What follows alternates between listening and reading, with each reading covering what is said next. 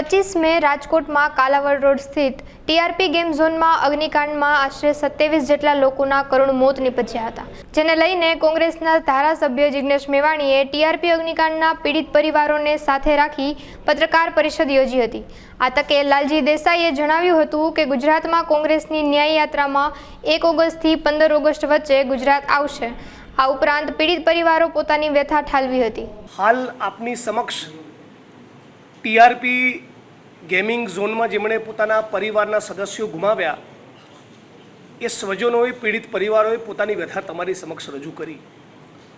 1.5 મહિના સુધી રાજ્યની સરકાર, રાજ્યના મુખ્યમંત્રી અને ગૃહમંત્રીનો ઉપેક્ષાનો ભોગ બનેલા પીડિત પરિવારો સાથે કેવું નિમ્ન કક્ષાનું અને બેહુદું વર્તન કરવામાં આવ્યું, કેવી નિર્લજ્જતાપૂર્વક એમનો ઉપહાસ કરવામાં આવ્યો, એમની હાંસી ઉડાવવામાં આવી, એની વાત પીડિત અને મુખ્ય આપ સૌ પત્રકાર મિત્રોએ સાંભળી। 1.5 મહિના સુધી ભારતીય જનતા પાર્ટીના કોર્પોરેટરો, ધારાસભ્યો, સાંસદ સભ્યો, પક્ષના વિવિધ પદ ઉપર બેઠેલા માણસોમાંથી કોઈને પણ એ જનેતાના આંસુ લૂછવાનું મન ના થયું જેને પોતાના દીકરાની લાશ નહીં, અવયવો અને અંગોના ટુકડાઓ તમે આપ્યા છે। અને 1.5 મહિના દરમિયાન માનનીય રાહુલ ગાંધીજી એમની સાથે ઝૂમ કોલ ઉપર વાત કરી। 3 દિવસના રાજકોટ શહેર કોંગ્રેસ સમિતિના સાથીઓએ ઉપવાસ કર્યા, પોલીસ કમિશનર કચેરીનો ઘેરાવ કર્યો, રાજકોટ શહેર, રાજકોટના સમજદાર વેપારી, દુકાનદાર, નાગરિકોએ બંધ રાખ્યું અને ફરી એકવાર રાહુલજીએ રૂબરૂ મુલાકાત બાદ એવી બાંહેધરી આપી કે તમને ન્યાય મળે ત્યાં સુધી અમે તમારી પડખે રહીશું અને અનુકૂળતા મળી તો દેશની પાર્લામેન્ટમાં પણ તમારા આ ન્યાયના પ્રશ્નને ઉપાડીશું। એ બાદ જ રાજ્યના ગૃહમંત્રી અને મુખ્યમંત્રીને પીડિત પરિવારોની યાદ આવી। એટલે આ દેશની સંસદમાં ગુજરાતની ભાજપ સરકારની ભૂમિકા એક્સપોઝ થવાની છે એવી બીકના પગલે કોઈ સાચી લાગણીથી પ્રેરાઈને પીડિતોને મળ્યા નથી। જેમ આશાબેન કાથડના પિતા ચંદુભી કાથડે કીધું કે એમની મજાક અને મશ્કરી કરવામાં આવી છે, એ બોલવા માટે ઊભા થયા તો એમને ચૂપ કરી દીધા, એમને બોલવા ના દીધા। આ 12 જેટલી માગણીઓ જે પીડિત પરિવારો રજૂ કરી એમાંથી એક પણ માગણી સંતોષવાની ગેરંટી નહીં આપી, કશું જ એમને લેખિતમાં બાંહેધરી કે ખાતરી નથી આપી। તો સવાલ એ થઈ રહ્યો છે કે આ ગરીબ પીડિત પરિવારોની 1.5 મહિના બાદ તમે શા માટે હાંસી ઉડાવી રહ્યા છો? આ પીડિત પરિવારોની એટલી જ માગણી છે કે એમને નોન કરપ્ટ પ્રમાણિક અધિકારીઓ જોઈએ તપાસ ટીમમાં, વળતરની રકમ વધે, ફાસ્ટ ટ્રેક કોર્ટમાં એમનો કેસ ચાલે। શા માટે તમે હજી પીડિતોને આ પ્રમાણે વર્તન કરી રહ્યા છો? જે પીડિત પરિવારોએ 45 ડિગ્રીની ગરમીમાં રાજકોટ શહેર બંધ કરવા પત્રિકા લઈને રઝળવું પડે, એ પોતે જ પીડિત પરિવારો કહે પ્રમાણે રાજ્યની સરકાર માટે શરમનો વિષય હોવો જોઈએ। એટલે આ રાજ્યની સરકાર એ પીડિતોના મુદ્દે બિલકુલ પણ ગંભીર નથી। રાજ્યની સરકાર, ગૃહમંત્રી, મુખ્યમંત્રી એ પીડિતોને ન્યાય આપવા માગતા નથી। એટલે ના છૂટકે અમે બધાએ એક નિર્ણય કર્યો છે અગાઉની જાહેરાત મુજબ કે આવનારા ટૂંક સમયમાં મોટાભાગે 1 ઓગસ્ટથી મોરબીથી શરૂ કરીને એક ન્યાય યાત્રાનો પ્રારંભ કરીશું।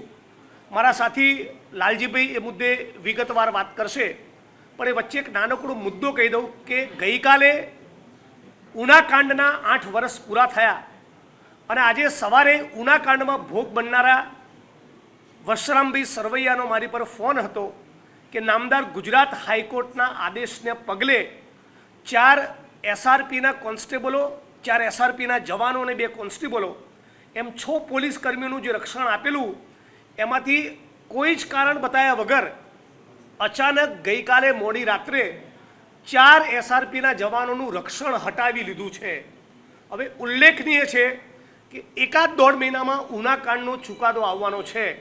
એટલે ઉનાકાંડના પીડિતોને લડવાની હિંમત મળે એ વાત તો દૂર રહી, એમનો હોંસલો, એમનો મોરલ સ્પિરિટ, એમનો નૈતિક જુસ્સો તૂટી જાય એવા બદાશયથી રાજ્યની સરકારે આ એસઆરપીના જવાનોની સિક્યુરિટી પણ હટાવી દીધી છે।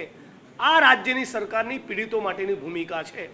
વધુમાં કેટલાક પત્રકારો જે સતત બોલ્ડ બનીને મજબૂતાઈથી આ મુદ્દા ઉપર લડી રહ્યા હતા, અગ્નિકાંડના મુદ્દે રાજ્યની સરકાર અને પોલીસની ભૂમિકાને એક્સપોઝ કરી રહ્યા હતા, એવા પત્રકારોની ઓફિસમાં પણ દરોડા પાડી ઓફિસ સીલ કરવામાં આવી છે અને રાજકોટના મીડિયાને પણ પોલીસ કમિશનર કચેરી દ્વારા બેન કરવામાં આવેલું. આ બધું તાનાશાહી અને દાદાગીરીવાળું રાજ્યની સરકારનું વર્તન છે. એટલે મુદ્દે પીડિતોને ન્યાય નથી આપવો એટલા માટે પીડિતોને ડરાવવા, ધમકાવવા, એમના ઘરે પોલીસ મોકલવી. રાજકોટના પથિકાશ્રમના સર્કિટ હાઉસમાં જિગ્નેશ મેવાણી કેમ રોકાયા છે, કેટલા દિવસથી રોકાયા છે, શા માટે ત્યાંથી રાહુલ ગાંધીને ઝૂમ કોલ કર્યો, એની સીએમઓમાંથી ઇન્કવાયરી પણ થઈ છે. આ બધું દેખાડે છે કે રાજ્યની સરકારને પીડિતો માટે કોઈ જ લાગણી નથી બચી, ન્યાય નથી આપવા માગતા. અને એટલા માટે અમે ન્યાય યાત્રાનો પ્રારંભ 1 ઓગસ્ટથી કરવાના છીએ. મારા સાથી અને સેવાદળના રાષ્ટ્રીય પ્રમુખ માનનીય લાલજીભાઈ એ મુદ્દે વિગતવાર ચર્ચા કરશે. સૌથી પહેલાં તો હું મીડિયાના સૌ સાથીઓનો આભાર માનીશ કે આખું ટીઆરપી ઝોનના ભ્રષ્ટાચાર અને અન્યાયના આ એક કરુણાંતિકાવાળા ઘટનામાં તમે લોકો જે જનતાની લડાઈ, પીડિત પરિવારોની લડાઈ તમે જે લડ્યા છો એના લીધે અમને પણ ઘણું બળ મળ્યું છે લડવા માટેનું, એટલે તમારો આભાર. પણ સાથે સાથે એ પણ કહું, જેમ જિગ્નેશભાઈએ હમણાં વાત કરી કે જેમ પીડિત પરિવારોને અને વિપક્ષોને પ્રતાડિત કરવાનું અત્યારનું શાસન કામ કરે છે, એમ તમારે બધાને પણ કદાચ બહુ જ ટૂંકા ગાળામાં પ્રતાડિત થવાનું આવશે. તમે પણ મક્કમ અને નિર્ધાર બનીને લખશો તો કહેવાતી મૃદુ સરકાર જે છે એનો કોરડો વીંચશે એવું દેખાઈ રહ્યું છે. ધમકીઓ પત્રકારોને પણ મળી રહી છે અને તમે આવું બોલવાનું બંધ કરો, નહીં તો તમારી અને ઇનડાયરેક્ટલી મેસેજ પણ પહોંચી રહ્યા છે જે આપણા મક્કમતાથી વાત કરનાર મીડિયાના જગતના લોકો ઉપર કે તમારી ઉપર કેસ થવાની પૂરી સંભાવના છે. એટલે હું આપ સૌને પણ કહીશ કે આપ જે લડાઈ લડી રહ્યા છો એમાં અમે આપની સાથે છીએ, તમે જનતાની લડાઈ લડો છો. ટીઆરપી ગેમ ઝોનની ઘટના પછી પીડિત પરિવારોને મુખ્યમંત્રીનું બોલાવવું એટલે મને ક્યાંક આમ એવું આશા જાગેલી કે આ મુખ્યમંત્રી ભલે રબર સ્ટેમ્પ કહેવાતા હોય, આ મુખ્યમંત્રી ભલે દિલ્હીના રિમોટ કંટ્રોલથી ચાલતા હોય, પરંતુ આ બાબતમાં એ કંઈક મૃદુ હોવાનું અને ખાસ કરીને જે ધાર્મિક હોવાનો એમનો જે ચહેરો છે એ જોતાં મને એમ લાગતું હતું કદાચ આ બહુ જ ઝડપથી પીડિત પરિવારોની વાત સાંભળીને એક્શનમાં આવશે. પણ જેમ ભીનું સંકેલવા સમિતિ એસઆઈટી રચાઈ છે એવી જ રીતે આમણે પણ એક લીપાપોથી કરવાનું અને માત્ર બોલાવીને વાત સાંભળવાનું નાટક કર્યું. આમ તો ન સાંભળ્યા બરાબરનું એમણે કામ કર્યું. આ બધું જોતાં પીડિત પરિવારો સાથે ચર્ચા થઈને એમને પણ લાગે છે કે આ સરકારની સામે લડ્યા સિવાય ન્યાય મળે એમ નથી.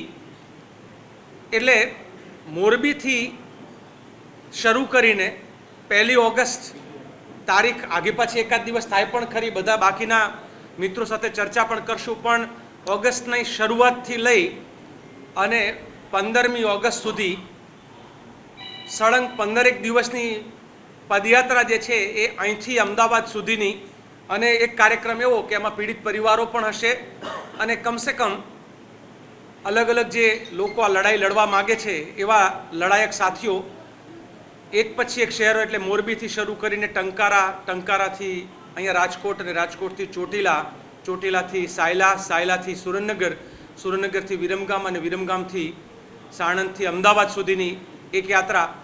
15મી ઓગસ્ટે ગુજરાતમાં એક મહાધ્વજવંદનનો કાર્યક્રમ થશે, કારણ કે ગુજરાતના લોકોની એક જુદા પ્રકારની ન્યાયના જંગની લડાઈ, આઝાદીની લડાઈએ 15મી ઓગસ્ટે અમે મહાધ્વજવંદનનો કાર્યક્રમ કરશું. આ કાર્યક્રમ દરમિયાન પદયાત્રામાં દેશભરમાંથી વિવિધ લોકો અને સંગઠનના લોકો એ અલગ અલગ સ્થળ ઉપર આવશે. એટલે આ આખી ગુજરાતમાં જે અત્યારે ભ્રષ્ટાચાર અને અન્યાય થઈ રહ્યો છે એના વિરુદ્ધની લડાઈનો એક રીતે તો આ જનતાની લડાઈ ગણાશે. અમદાવાદથી વડોદરા, વડોદરાથી ભરૂચ અને ભરૂચથી સુરત, કારણ કે ગૃહમંત્રી પોતે સુરત રહે છે, હાલના આમ પ્રમુખ તરીકે જે ભાજપના છે એ પણ સુરતમાં રહે છે અને સરકાર સુરતથી ચાલે છે અને દિલ્હીથી ચાલે છે. એટલે સુરત તક્ષશિલાનો આખી જે ઘટના બની અને ત્યાં ન્યાય નહીં મળ્યો, 5 વર્ષ પછી પણ એ લોકો ન્યાય ઝંખે છે. મિત્રો, અમે પાલભાઈ, જિગ્નેશભાઈ ને અમે લોકો માત્ર અહીંયા ટીઆરપીમાં પીડિત થયેલા લોકોના જ સંપર્ક કરીને એમના દુઃખ દર્દ માટેની લડાઈ મર્યાદિત રાખવાના બદલે અમે બીજા પીડિત પરિવારોને પણ મળ્યા. મોરબીના પીડિત પરિવારો સાથે બેઠક કરી, એમની વેદનાને સમજવાની કોશિશ કરી. વડોદરાના હરણીના પીડિત પરિવારોને મળ્યા, ત્યાં બેઠક કરી. તક્ષશિલાના પીડિત પરિવારો જે છે એને મળ્યા. બધાની એક જ વાત આવે છે કે અમને જીવતા જીવ ન્યાય મળે. અમે જીવીએ છીએ ત્યાં સુધીમાં ન્યાય મળે. ન્યાય આવશે કદાચ અમે નહીં હોય અને આરોપી પણ નહીં હોય, ના ફરિયાદી હોય ના આરોપી હોય, તો આવો ન્યાય લઈને શું કરવાનું? એટલે આખી ફાસ્ટ ટ્રેકની માંગણી આપે જોઈ કે વાત મૂકી છે. એટલે ઝડપથી ન્યાય, સાચો ન્યાય, પીડિત પરિવારોના સાથે થતી જે ત્યારે મજાક જે છે 4 લાખની વાત હોય કે પછી એસઆઈટીની હોય, જે 12 મુદ્દા છે, આ 12 મુદ્દાની લડાઈ પીડિત પરિવારોની છે, એને અમે સંપૂર્ણ સમર્થન આપીએ છીએ. એક માનવીય અધિકારના મુદ્દા તરીકે, એક વિપક્ષના ધર્મ તરીકે પણ આ પીડિત પરિવારોની સાથે અમે લોકો સળંગ સાથે રહેશું.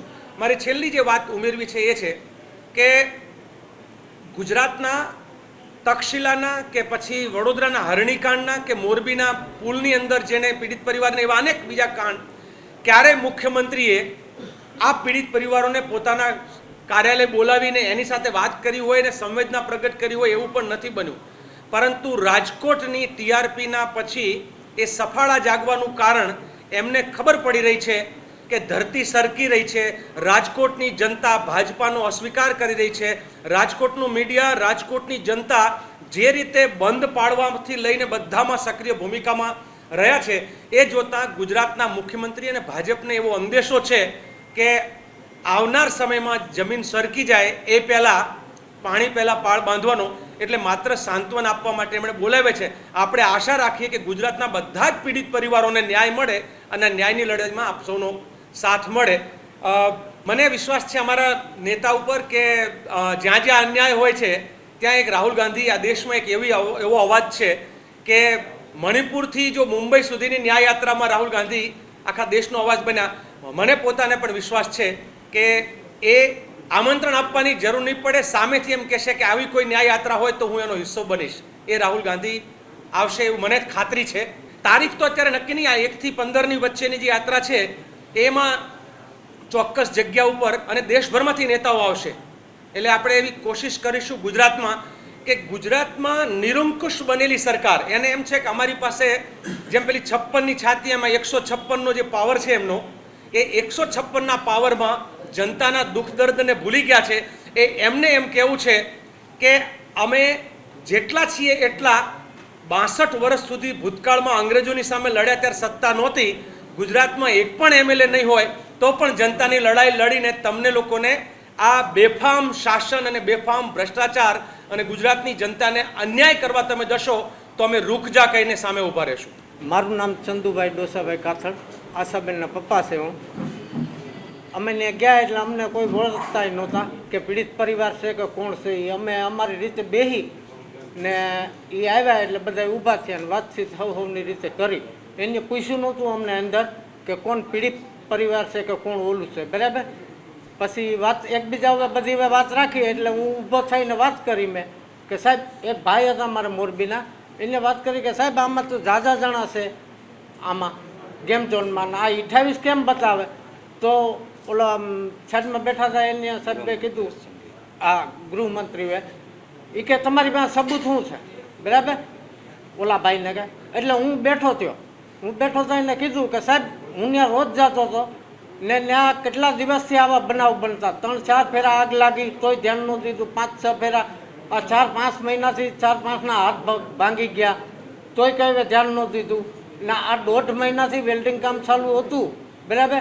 ત્યાં પાસે ડીઝલ ને પેટ્રોલના ટેન્ક પડ્યા હતા અને થર્મોકોલના થપ્પા પડ્યા હતા. વેલ્ડિંગ કામમાં આગ લાગીને તાત્કાલિક બ્લાસ્ટ થયો, બરાબર.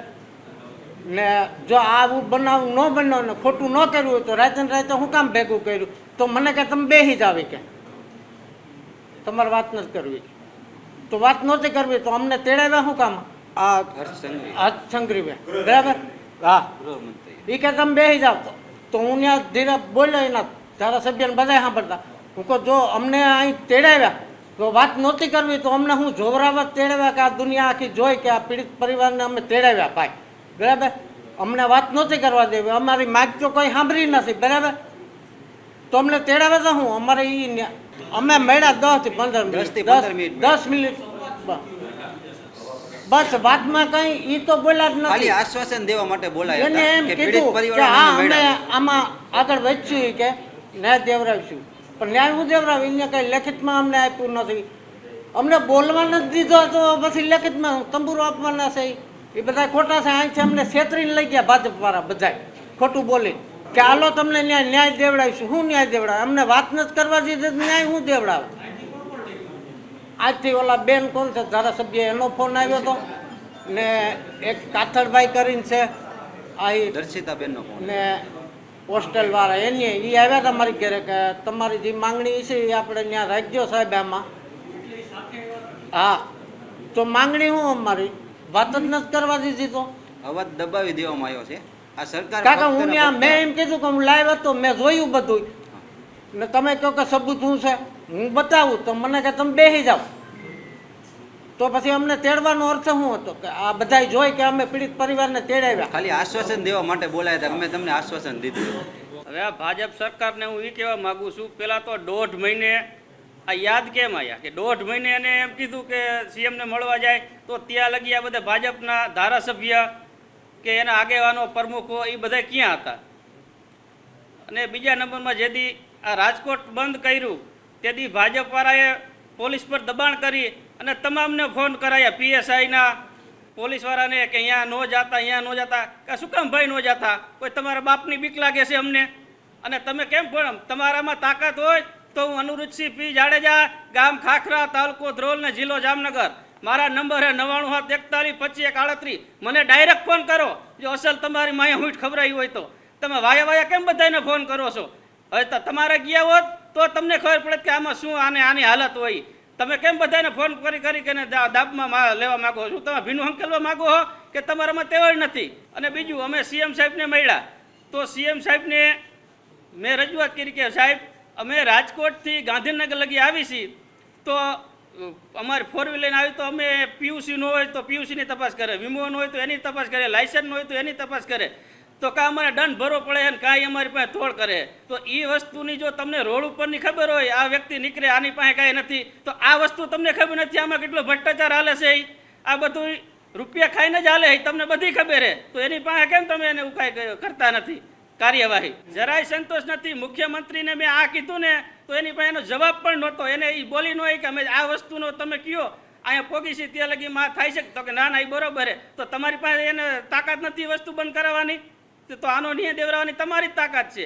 બીજા નંબરમાં હર્ષ સંઘવીને પણ મેં કીધું કે અહીંયા તમે કહો છો કે ગુજરાતમાં દારૂબંધી છે તો અહીંયા બિયર અને ઇંગ્લિશનો પણ જથ્થો નીકળ્યો હતો એની પણ કંઈ તમે કાર્યવાહી કરી નથી. એ લઈ આવ્યો ક્યાંથી, કોણ લઈ આવ્યું તો એને પણ આપને જવાબ કંઈ ન આપીએ ગયા.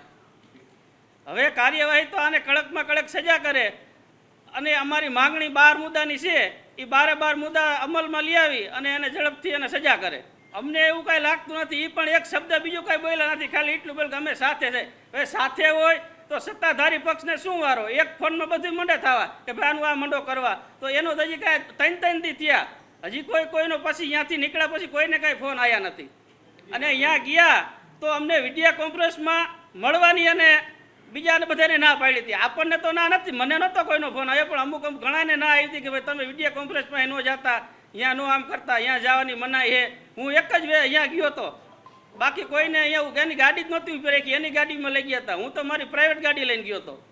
અને અહીંયાથી બહાર આવ્યા પછી ભાજપના અમુક લોકોના ફોન આવ્યા અમારા જામનગર જિલ્લાથી જે ભાજપ પ્રમુખ છે એમનો પણ મારી ભેગા જે મારા ભાઈબંધ હતા એનામાં ફોન આવ્યો કે તમે જામનગરવાળા કેમ કે અહીંયા ગયા વિડિયા સામે અને કેમ આમ કર્યું? તો શું ભાઈ તારા બાપની અમને બીક લાગે છે? રમેશભાઈ મુંગરાને જ હું કહેવા માગું છું ભાજપ પ્રમુખ જામનગરના કે તારા બાપની બીક લાગે છે?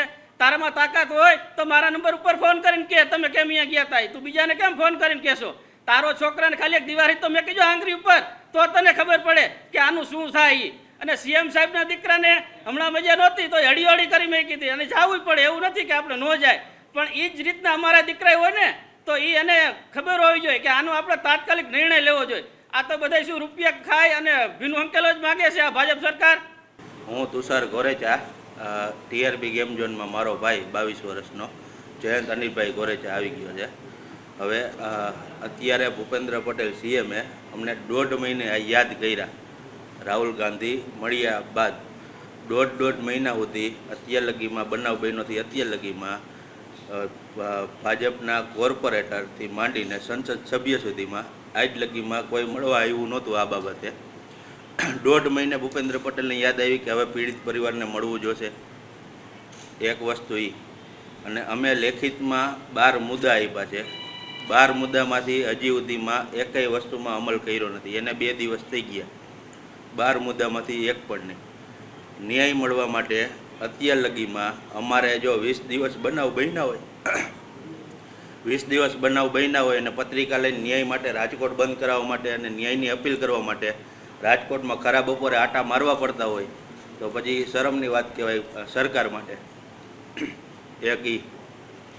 અને આમાં 2 વસ્તુ અમે હાલમાં ફરજિયાતમાં માંગણીમાં માંગી હતી કે ટીઆરપી ગેમ ઝોનમાં બનાવ બનેલા એમાં એક સીટની રચના કરવામાં આવે. અમે કઈ એમાં સુપ્રીમ કોર્ટના નિવૃત્ત 2 જજ, ગુજરાત હાઈકોર્ટના નિવૃત્ત ચીફ જસ્ટિસ તેમજ ગુજરાત હાઈકોર્ટના 3 જસ્ટિસ શ્રી અને નિવૃત્ત મહિલા સિટી સિવિલ જજ તરીકે ફરજ બજાવેલી એવી કોઈ પણ એક વ્યક્તિ, આ એક સીટની રચનાની અમે પૂરજોરમાં માંગણી કરી હતી. અને એક તપાસ અધિકારી માટે અત્યારે તપાસ કરે છે એના ઉપર અમને ભરોસો નથી. આ કેસ બન્યો એના 2 કે 3 દિવસની અંદર જ એના ઉપર 3 કરોડનો તોડ કરવાનો આરોપ આવેલો હતો. એ અમને પછી જાણ થઈ. હવે જો એ 3 કરોડનો એ બાબતમાં તોડ કરતો હોય પોલીસ ઓફિસર તો આ કેસમાં ન કરે એની શું ગેરંટી? એટલે તપાસ અધિકારીમાં ગેમ ઝોનમાં અત્યારે જે ચાલુ છે એમાં આઈપીએસ સુધા પાંડે, સુજાતા મજમુદાર અને નિલિપ્ત રાય, આ 3માંથી કોઈ પણ 2 વ્યક્તિને એમાં તપાસ અધિકારીમાં પોસ્ટિંગ આપે. એ 2 વસ્તુમાં અમે સૌથી વધારે જોર રાખીને માંગણી કરી હતી. અને 6 મહિનામાં ટ્રાયલ પૂરો થાય એ બાબતે એને વાંચ્યું અને આમાં આગળ વધશું. કોઈને મૂકવામાં નહીં આવે. ખાલી વાત જે ઓલું કહે એ રીતે વાત કરી. આમાં લાગતું નથી કે કાંઈ આગળ કરી શકે. મુદ્દા એને આપણે આવેદનપત્ર ટૂંકમાં મારી પાસે જે છે એમાં 10 જણાનું સાઇન કરેલું છે. 10 જણાની સાઇન કરેલી છે. 10 પરિવાર થ્રુ આખો લેટર આપેલો હતો. એમાં હર્ષ સિંઘવી અને સીએમ સાહેબ બેયને આ વસ્તુ આપણે વચાવી, બેયને એક કોપી આપી. અહીંયા આપીને જ આવ્યા છીએ. 12 મુદ્દા અમે કહીને તો અમારા માટે આ હોનાના છે કે આ ખાલી 12 મુદ્દા અમને કરી દઈએ ને તો અમને અહીંયા ધરો કે આ વસ્તુમાં અમને ન્યાય મળી જશે. 12 મુદ્દાની જ માંગણી હતી, બીજી કંઈ. અને આમાં એ કંઈ ખોટી માંગણી નથી અમારી કે નો બને એવી, એમ કે સરકારશ્રી દ્વારા આ વસ્તુ શક્ય નથી કે અમે જે માંગણી કરી એ પૂરી કરી શકે. આગળ કરશું, એમાં આગળ વિચારશું, એમ કોઈને મૂકવામાં નહીં આવે. બસ. જી, મારું નામ કમલેશ, જે આશાબેન કાથડ છે ને એ મારા બેન થાય, જે ટીઆરપી ગેમ ઝોનની અંદર જોબ કરતા અને એમનું ડેથ થઈ ગયું. તો અમને કાલે મુખ્યમંત્રી આવાસે બોલાવવામાં આવ્યા હતા કે તમે ત્યાં આવો અને અમે તમને મળીએ. તો હું એટલું કહેવા માગું છું કે જ્યારે આ ટીઆરપી ગેમ ઝોનની ઘટના બની એના 3જા દિવસે કે બીજા દિવસે આપણા રાજ્યના ગૃહમંત્રી અને રાજ્યના મુખ્યમંત્રી કે જે અહીંયા આટો મારવા આવ્યા હતા તો પીડિત પરિવારોને કેમ ન મળ્યા, હું એમ કહું છું. અને જ્યારે આ મહિનો ઘટનાની 1 મહિનો થઈ ગયો, જ્યારે અમારે રોડ ઉપર પત્રિકા લઈને વેચવા જવું પડે, અમારે 3 દિવસના આંદોલન કરવા પડે અને અમારે કમિશનર કચેરીનો ઘેરાવ કરવો પડે, ત્યારે ક્યાં ગઈ હતી આ સરકાર? કે જે અત્યારે રાહુલ ગાંધી 1 મહિનાની અંદર અમને મળ્યા મહિનાની અંદર, અને જ્યારે રાહુલ ગાંધી મળીને ગયા કે અમે ન્યાય અપાવશું, ત્યારે રાજ્યના મુખ્યમંત્રી એમ કહે છે કે હવે તમે નિવાસ સ્થાને આવો. તો તમારે ત્યાંથી અહીંયા આવવું પડે પીડિત પરિવારોને મળવા માટે કે પીડિત પરિવારોની શું હાલ છે અને શું ચાલ છે. આ સરકાર માટે હું તો એમ કહું છું કે આ સરકારને ડૂબી મરવું જોઈએ. સરકાર પાસે કોઈ ઓપ્શન જ નથી, ન્યાય દેવા માટેનો કોઈ ઓપ્શન જ નથી, તો હું ન્યાય દેવાની આ સરકાર.